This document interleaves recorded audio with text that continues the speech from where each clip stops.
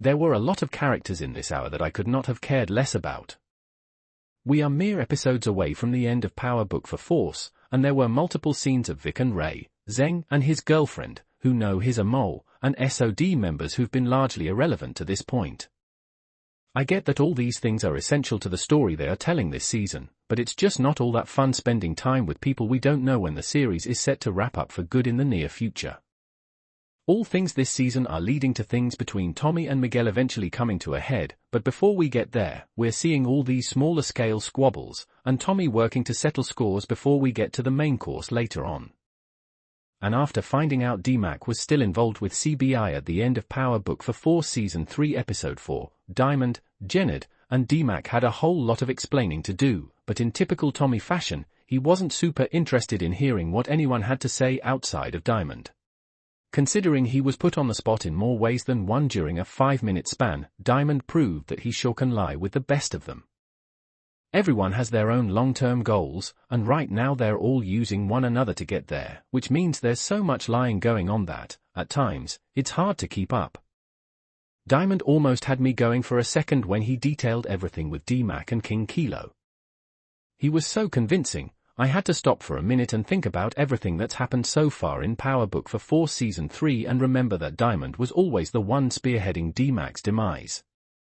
Now, he obviously couldn't and wouldn't tell Tommy that, but as he told Tommy about how he was trying to protect D-Mac the whole time, I kept thinking there was no way Tommy was buying everything he was saying without pushing back. Tommy has proven himself to be too damn smart over the years to trust people blindly. Hell, you even see that at one point later in the hour when he deduces that Elise is trying to play him within minutes. So, is he unquestionably believing everything Diamond tells him? Or is he biding his time because he recognizes that he needs Diamond right now and he'll be able to deal with him later? Time will eventually tell, but for now, he seemed content to take Diamond at his word. And with D-Mac in danger, he had to formulate a plan to get him out of it, and everything basically fell into his lap from there.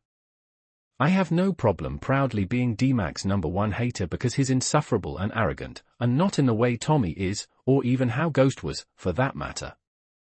There was a quiet arrogance, even when they were boasting, but with D-Mac, it sounds borderline desperate.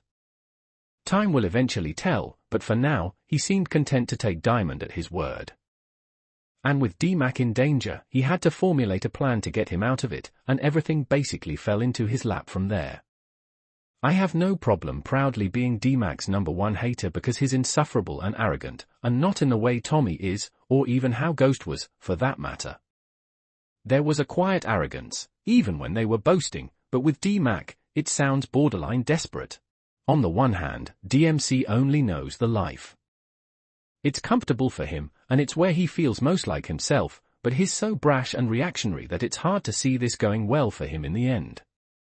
JP showing up this season purely to make amends with D-Mac felt a little hollow, although I appreciated that D-Mac apologized for what he said to his father.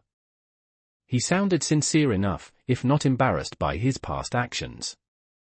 I think D-Mac is still a kid trying to act like a grown-up, and we've seen that before in the Power universe, but the difference here is that he's never had someone to really hold his hand through any of this to set him up for any success. And the success he has found has felt more like luck than a harbinger of things to come. Tommy's plan to free D-Mac from King Kilo all came down to finding a fall guy. The elaborate plan with the 9/7s was just overly complicated for no reason, and Diamond and Jenard also continuously underestimate D-Mac, who has proven that he's not very bright at times. Still, he's not going to back down from anything. He went into that ambush with all his ducks in a row and set himself up for success, and I'll give him his props for that. Things were actually going well for them until the gunfight broke out, and then you knew one of those poor guys that came in last night was going to die. But much like his uncle, he's got 9 lives, and when he walked into the basement of the barbershop, I laughed so loudly. Diamond had even convinced Jenard that killing D-Mac was for the greater good, and they still couldn't make it happen. The King Kilo thing feels like it's going to hang around until he cuts ties with the coalition. Tommy does some digging and finds out that there's been a hit out on D-Mac, and that Diamond's known about it the whole time. It's just stupid decision after stupid decision so far this season, and while it's entertaining, some of the things these people are doing doesn't quite make sense to me. But hey, sometimes you have to throw spaghetti at the wall and see if it sticks, or something like that. Tommy's always been a wild card. He could be the most intelligent guy in the room, but we've seen his emotions lead him into some dangerous situations on numerous occasions. And that's to say nothing of the fact that his narcissism often hinders him from seeing outside of his limited scope. Tommy wants to take over Chicago and control the whole city in a way he could never quite master in New York, and he's so damn close that he's not seeing anything else beyond the finish line. Getting to that finish line will require a lot of moving parts working in tandem, perhaps none bigger than the coalition, and his antics so far this season have done nothing to shore up those alliances. Instead, they've caused even more division amongst gangs who aren't at all interested in getting into the middle of a cartel war. Nobody wants to turn up like Chavo, and for that reason alone, gangs were dropping out of the coalition, which doesn't help Tommy at all. He and Diamond even admitted they need bodies. Still, instead of doing right by that coalition and strengthening it, Tommy has continued to come after Ortega and push his own agenda at every turn, which is great for him but not so great for everyone else. I can understand that Tommy wants revenge, and Ortega has tried to kill him more than once at this point, so he's entitled to get his lick back. But again, that's Tommy not thinking outside of himself. He can get to the top of the food chain. I wholeheartedly believe that. But he won't get there alone.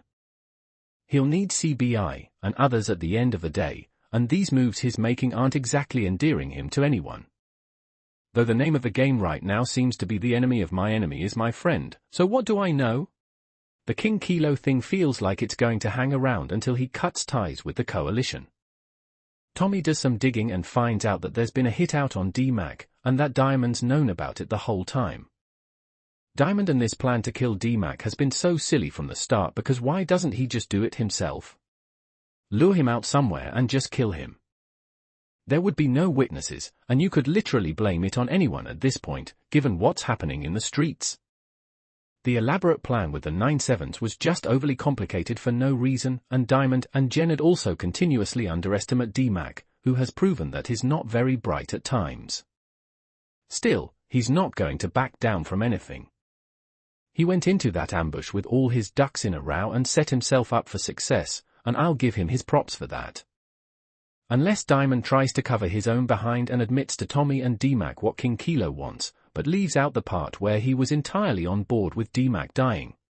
Diamond had every right to be frustrated with Tommy, but it was all a little hypocritical considering Diamond had just given the go-ahead from Jenard to kill Tommy's nephew. The minute Tommy finds out there's a price on D-Mac's head and everybody knows about it, but him, will be the day they all truly meet the man who killed Angela and Proctor, and lose not a minute of sleep over it. You would think, considering the way Tommy escapes retribution at every turn, people would be less likely to keep independently at times, they were always inexorably connected. Power Book 4, Force has made Tommy clearly number one, with all the positives and negatives that entails. The subtle psychological shift of being professionally beholden to no one else has given him an extra edge. There's also no one to check him and he faces the full consequences of his mistakes. One aspect of Power Book 4, Force that's particularly intriguing is its exploration of Tommy's newfound family, his half-brother J.P. Gibbs, Anthony Fleming III, and nephew D-Mac, Lucien Cambric. Though D-Mac being J.P.'s son isn't public knowledge yet, it's bound to come out eventually, and J.P. has already told Tommy that he's in a financial bind. Ghost's family was completely caught up in the game, even his true love Angela was a U.S. attorney. J.P. is trying to stay on the straight and narrow as is Gloria, and D-Mac's not totally in yet. Tommy can have a side of his life that has nothing to do with drugs, giving himself a balance and saving himself from making the mistakes Ghost made by being unable to keep things separated.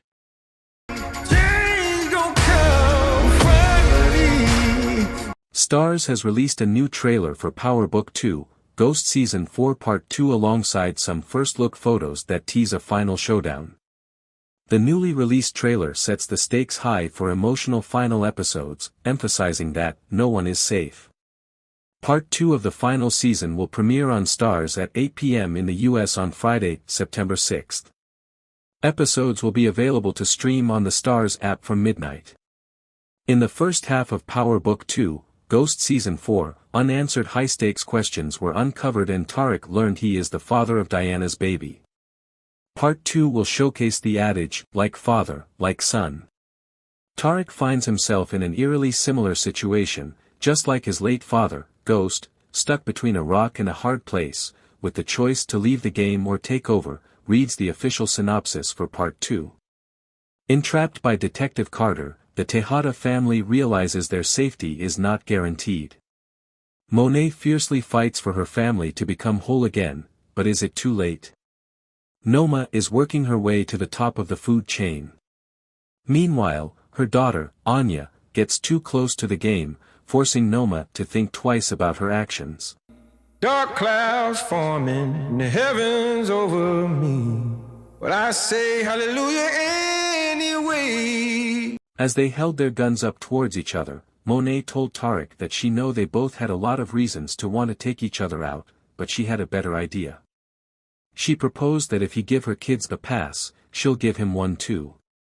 Monet explained that all she cared about at the moment was making sure her family was safe, especially her grandbaby. Tarek, who is obviously still shell-shocked by the news, lowers his gun before leaving the house.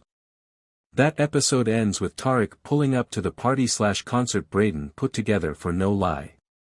When they finally catch up, Braden breaks down all the logistics of how their business will run and Tarek is very impressed. When Braden is done, he asks Tarek how things went with the Tejadas. Tarek tells him that he might not a drink before he gets into it and also says that needed to hit the blunt Braden was hitting at the moment. As the two sit at the bar, Tarek spots Anya.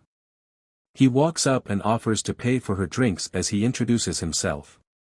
She tells him that she can pay for her own drinks.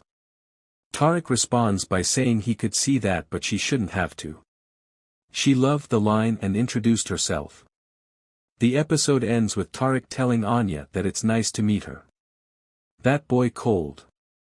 Power Book 2, Ghost continues to dominate television screens as it approaches its mid-season finale in its final 10-episode run.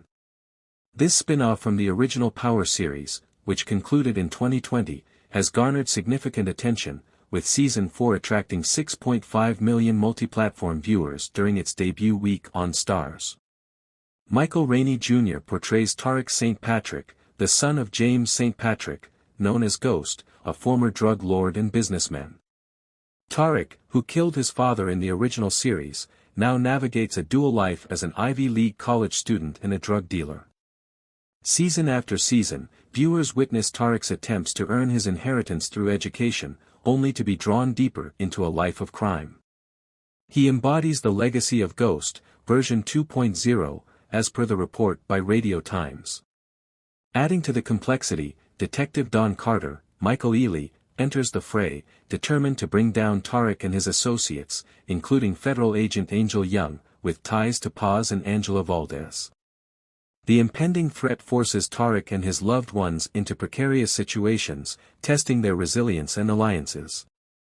The Starz app offers streaming for every Power franchise installment, including Power Book 2, Ghost.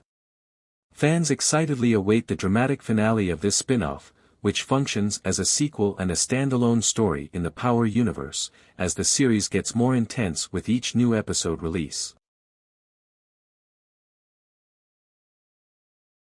Despite the Starz show's lengthy hiatus between seasons, the third season debut does not reassure viewers of its world.